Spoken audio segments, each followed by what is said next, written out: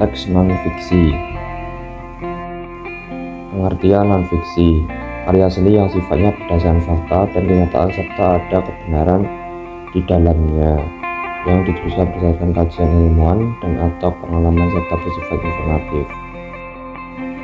Bagian non-fiksi yang pertama, non-fiksi murni. Non-fiksi murni merupakan buku yang berisi pengembangan berdasarkan data-data yang otentik. 2. Non-fiksi kreatif. Non-fiksi kreatif berawal dari data otentik yang kemudian mengembangkannya berdasarkan imajinasi seperti puisi dan novel. Yang pertama ada esai. Esai adalah tulisan yang mendorong penulisannya untuk menguji ide yang mereka miliki mengenai suatu topik. Sebagai teks non-fiksi, esai memiliki beberapa fungsi, yaitu yang pertama ada eksploratif, melakukan eksplorasi atau respon individu terhadap peristiwa, fenomena, ide atau gagasan tertentu. Yang kedua, persuasi, mengajak pembaca untuk menanggapi opini penulis serta mengajak pembaca untuk melakukan aksi atau tindakan tertentu. Yang ketiga, explain, menjelaskan kepada pembaca tentang suatu hal atau bagaimana melakukan suatu hal atau bagaimana suatu itu bekerja. Yang keempat, compare, membandingkan dan mengontraskan dua atau lebih ide, peristiwa, literatur, atau hal lainnya.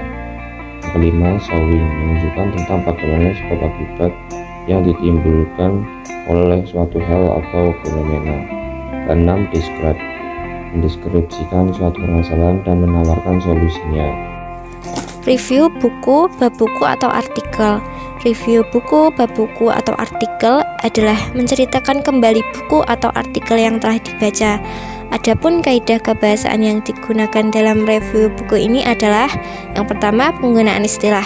Maksudnya adalah kata atau kelompok kata yang pemakaiannya terbatas pada bidang tertentu. Yang kedua, penggunaan sinonim dan antonim. Maksudnya adalah penggunaan persamaan kata dan lawan kata yang tepat. Yang ketiga, penggunaan frasa kata benda atau nomina. Frasa kata benda adalah gabungan dua kata atau lebih yang memiliki inti kata benda dalam unsur pembentukannya.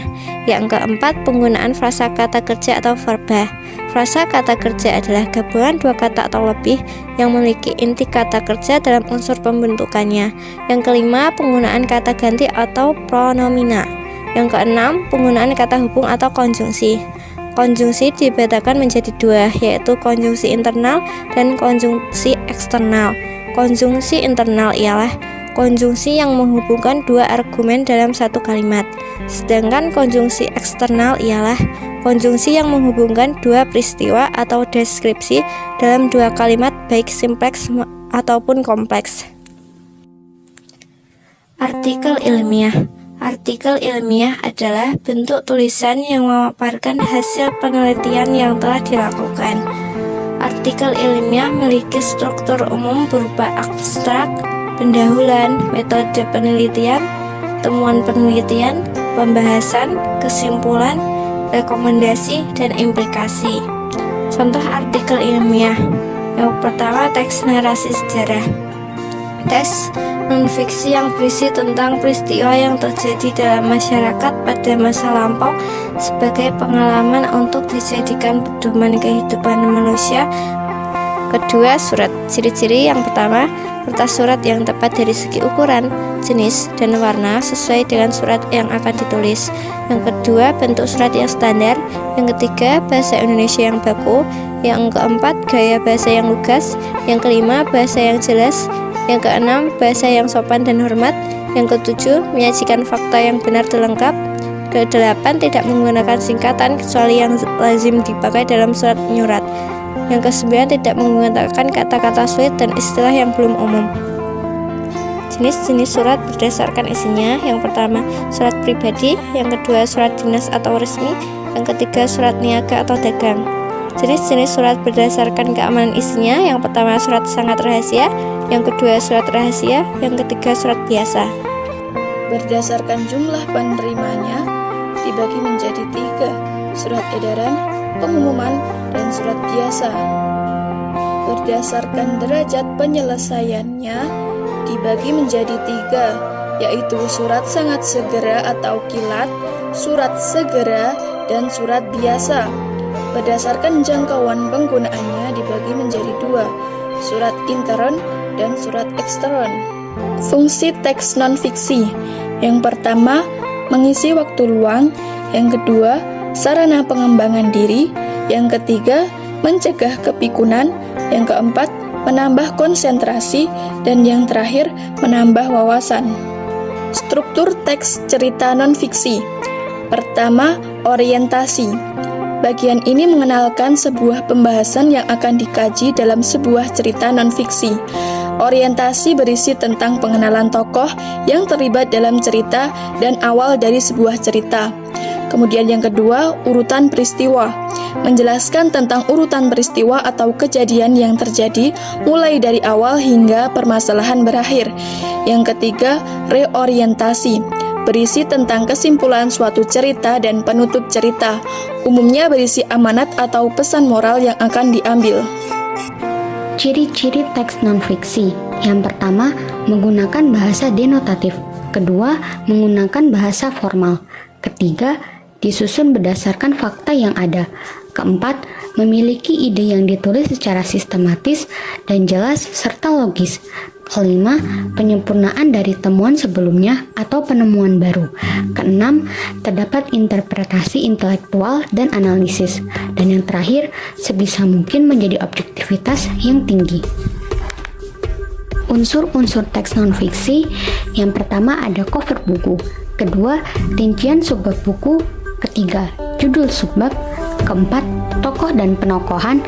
Kelima, tema cerita. Keenam, bahasa yang digunakan. Dan yang terakhir, penyajian alur cerita.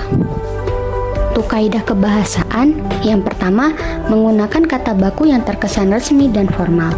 Kedua, bahasa yang digunakan harus efektif, logis, wajar, hemat, cermat, sopan, dan menarik. Ketiga, banyak menggunakan istilah. Istilah dapat diartikan sebagai kata atau kelompok kata yang pemakaiannya terbatas pada bidang tertentu. Keempat, makna lugas atau denotatif.